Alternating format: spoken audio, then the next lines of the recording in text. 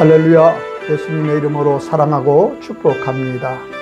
성탄 그 절박함과 그 긴박함에 대하여 함께 은혜를 나누고자 합니다. 곧 성탄절이 다가오고 있죠. 성탄절 하면 성도님들은 무엇이 연상됩니까? 고요한 밤, 거룩한 밤, 천사들이 평화를 노래합니까? 아니면 신나는 캐롤과 배둘레에 햄이 잔뜩 낀 산타 할아버지와 선물, 여러 즐겁고 행복한 장면이 연상됩니까? 그러나 역사 속의 아기 예수의 탄생은 이와 같이 평화롭고 아름다운 모습이 아닌 갈등과 긴장의 연속이었습니다. 첫 번째 갈등과 긴장은 정치적 상황이 그렇습니다. 당시 이스라엘은 지난 580년 동안 바벨론, 페르시아, 그리스, 로마의 식민 지배로 수탈되어 왔기에 그들은 항상 울분을 토하며 하나님, 이스라엘의 회복이 언제입니까? 언제까지 이와 같이 수모와 수탈을 당해야 합니까? 하는 절박함 가운데 있었습니다. 두 번째 갈등과 긴장은 아기 예수를 잉태한 마리아입니다. 마리아는 당시 16세 정도로 결혼과 같은 법적 효력이 있는 요셉과 정혼한 상황입니다. 그런데 어느 날 천사가 나타나 내가 하나님의 특별한 은혜를 입어 정혼한 남자의 아기가 아닌 성령으로 하나님의 아들을 잉태할 것이니 놀라지 말고 무서워 말라고 통보합니다. 이게 무슨 날벼락입니까? 이제 곧 있을 결혼과 신혼의 담꿈을 꾸고 있는 어리고 여린 여인이 감당하기에는 너무나 큰 두려움입니다. 남편의 씨가 아닌 다른 아기를 임신하면 다른 사람들이 자신을 어떻게 볼지, 또 누가 자신의 말을 믿어줄지, 무엇보다 그 정혼자 요셉에게 이 사실을 어떻게 이해시킬지, 혹 가늠한 여인이라 돌에 맞아 죽임을 당할지도 모르지만 무엇보다 천사가 말한 성령으로 아기가 잉태된다는 것 그 자체를 본 적도 없고 들어본 적도 없기에 이해되지도 않고 너무나 당황스럽고 두려운 순간입니다. 또 세 번째 갈등은 요셉입니다. 이제 조금만 있으면 사랑하는 연인과 한평생 함께 할 수 있는 결혼이 있기에 모든 것이 설레이는 순간 그 정혼자가 나와 전혀 상관이 없는 다른 아기를 임신하고서 하나님의 아이를 임신했다 하니 얼마나 당황스럽고 착잡하고 분합니까? 성도님들이 딸이 그랬다 하면 이해를 하고 싶겠지만 며느리가 될 처자가 1년이 넘게 아들이 출장 중인데 임신을 하고서 성령으로 잉태된 아이라 하면 이해하고 용납할 수 있겠습니까? 성경은 그런 요셉의 심정을 그의 남편 요셉은 의로운 사람이라 그를 드러내지 아니하고 가만히 끊고자 하여라 말합니다. 너무나 괴로워 잠을 못 잤다는 것이죠. 갈등의 극점입니다. 네 번째는 모든 것을 초월해 온 우주보다도 크고 광대하신 하나님께서 모든 것에 제한을 받는 시간 안으로 들어오셔서 자신을 낮추고 낮추어 작아지고 작아져 세상에서 가장 작은 하나의 세포로 한 여자의 자궁에 착상되는 것이 바로 예수 그리스도의 오심입니다. 하나님의 위대한 구원의 계획을 위해 자신을 가장 작고 연약한 상태로 육체적으로나 정신적으로나 가장 불안하고 연약한 10대 소녀의 자궁에 당신을 착상시키는데 세상의 죄악의 폭력이 조금이라도 영향을 미치면 하나님의 구원은 이루어질 수 있는가?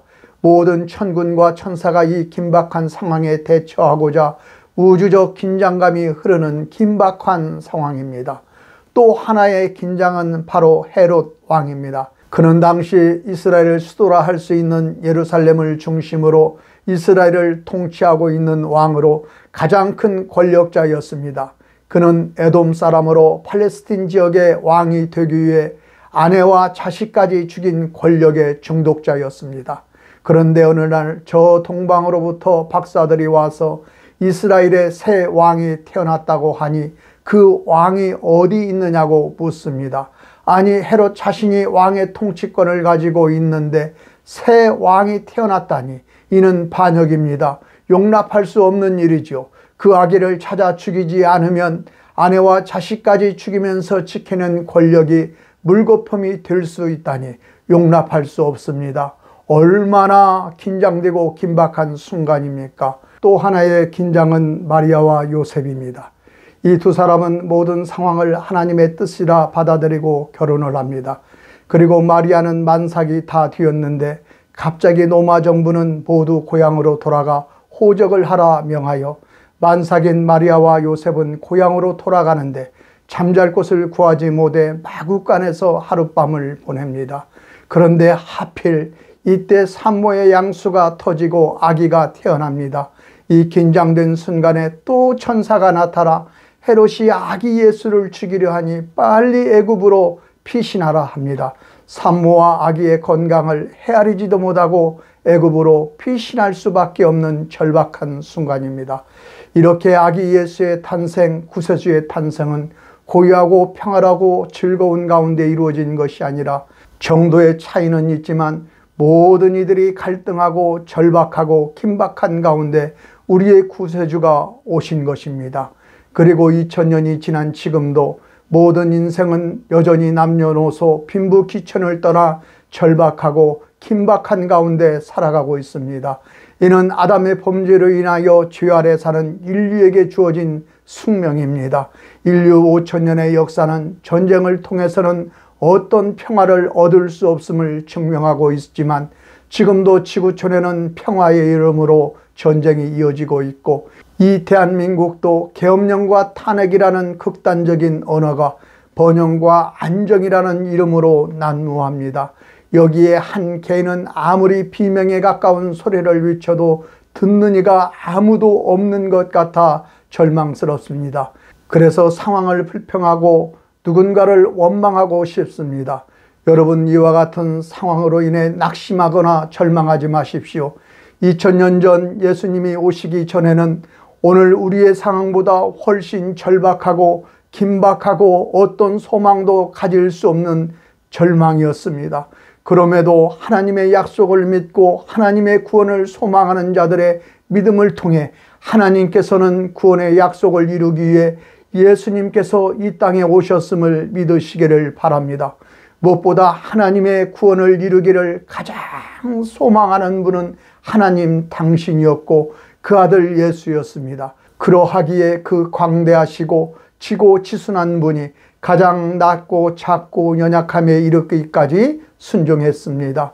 성경은 빌립보서를 통해 그는 근본 하나님의 본체시나 하나님과 동등됨을 취할 것으로 여기지 아니하고 오히려 자기를 비워 종의 형체를 가지사 사람들과 같이 되셨고 사람의 모양으로 나타나사 자기를 낮추시고 죽기까지 복종하였으니 곧 십자가에 죽으심이라. 이러므로 하나님이 그를 지극히 높여 모든 이름 위에 뛰어난 이름을 주사 하늘에 있는 자들과 땅에 있는 자들과 땅 아래에 있는 자들로 모든 무릎을 예수의 이름에 꿇게 하시고 모든 입으로 예수 그리스도를 주라 시인하여 하나님 아버지께 영광을 돌리게 하셨느니라. 아멘. 오늘도 우리가 예수 그리스도를 믿고 예비하며 찬양하며 영광을 돌리는 것은 하나님께서 받으실 영광을 그 아들 예수께 허락했기 때문입니다. 왜? 하나님의 뜻을 이루기까지 죽기까지 순종했기 때문입니다. 또 절박하게 하나님의 구원을 바라는 자 마리아입니다. 많은 신학자와 설교자가 사춘기 소녀에 불과한 마리아가 순종할 수 없는 이유를 설명하는 내용을 보면 최소한 원고지 10장 이상입니다. 그런데 그 모든 것들은 불순종하는 자들의 변명에 불과한 내용입니다.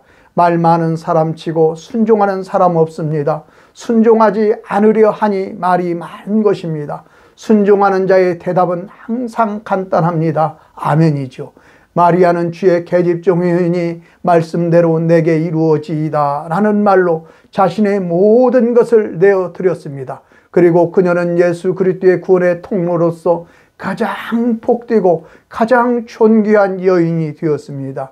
마리아와 청혼한 요셉도 마리아가 처녀로서 임신한 것을 도저히 용납할 수 없어 가만히 끊고자 했지만 천사가 나타나 마리아가 부정한 것이 아니라 성령을 통해 하나님의 아들을 잉태하였으니 아기를 낳을 때까지 동침하지 말라는 말이 도저히 이해되지 않고 혼란스러웠지만 그는 순종하여 마리아를 아내로 맞이하고 출산하기까지 동침하지 않는 순종으로 하나님은 그를 의로운 사람이라 칭합니다.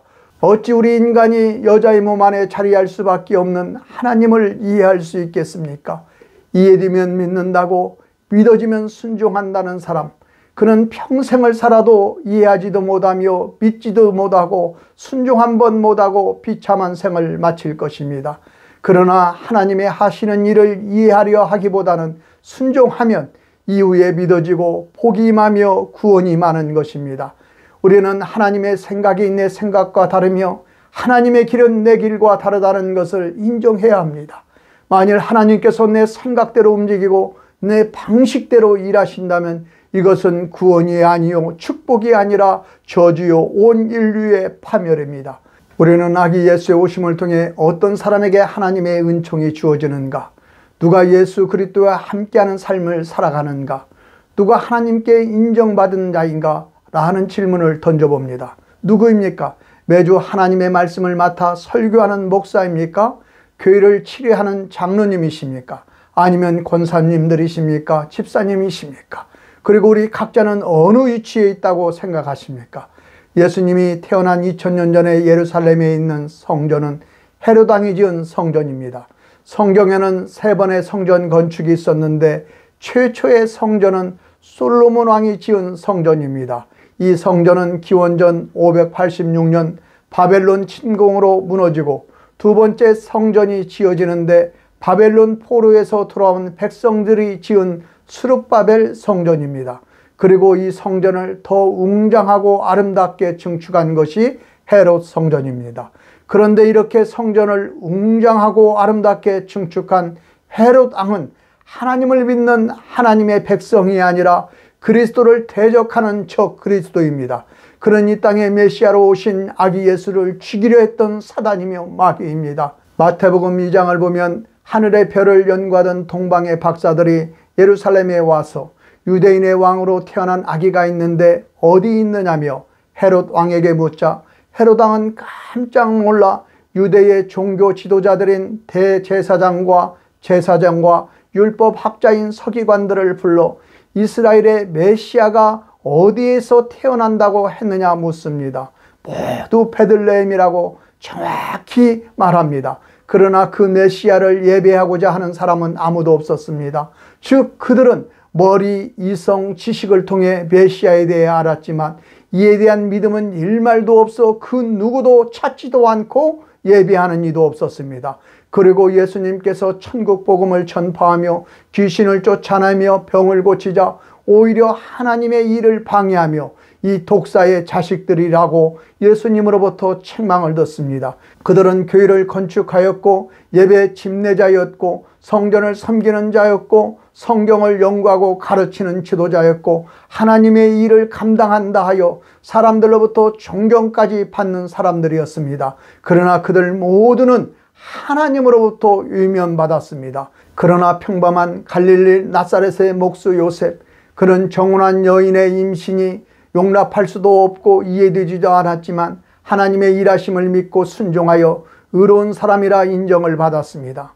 그가 성경을 많이 알고 교회의 높은 직분을 가져서가 아니라 항상 하나님의 말씀에 순종할 마음의 준비가 된 사람이기에 그를 의롭다 합니다.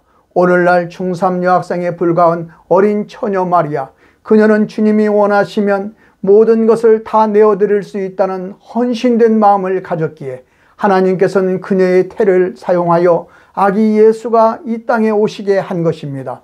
모든 사람들이 성전을 찾아 제사하고 기도했지만 형편과 사정이 여의치 않아 성전을 찾지는 못하지만 밤 하늘의 별을 보는 것만으로도 하나님을 경외하며 찬양하는 순전한 믿음을 가진 목자들을 천사가 인도하여 아기 예수를 예배할 수 있도록 영광을 허락합니다.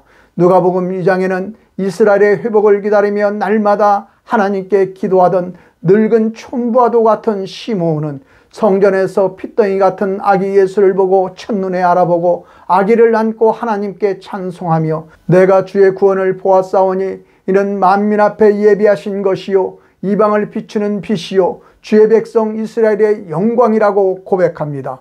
또한 누가복음은 결혼한 지 7년 만에 남편과 사별한 84세의 과부가 성전을 떠나지 아니하고 날마다 금식하며 기도하던 중 마침 율법의 관례에 따라 성전을 찾은 12살 된 예수님을 비워 하나님의 구원을 보게 되었다고 영광을 올리는 모습이 기록되어 있습니다. 하나님의 구원은, 하나님의 은혜는, 하나님의 축복은 신분과 직분과 빈부와 성별과 관계가 없습니다.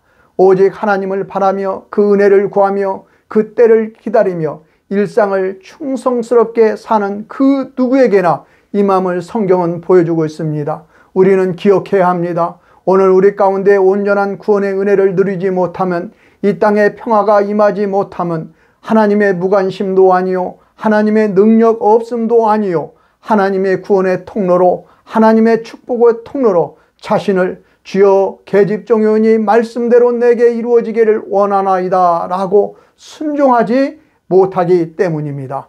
2024년도 성탄을 맞아 주님 앞에 나가 주여 저는 미쳐나오나 주의 말씀이 내게 이루어지기를 원하나이다 라고 고백하는 성도님들이 되시기를 예수님의 이름으로 축원드립니다. 오늘 함께 모두 기도합니다.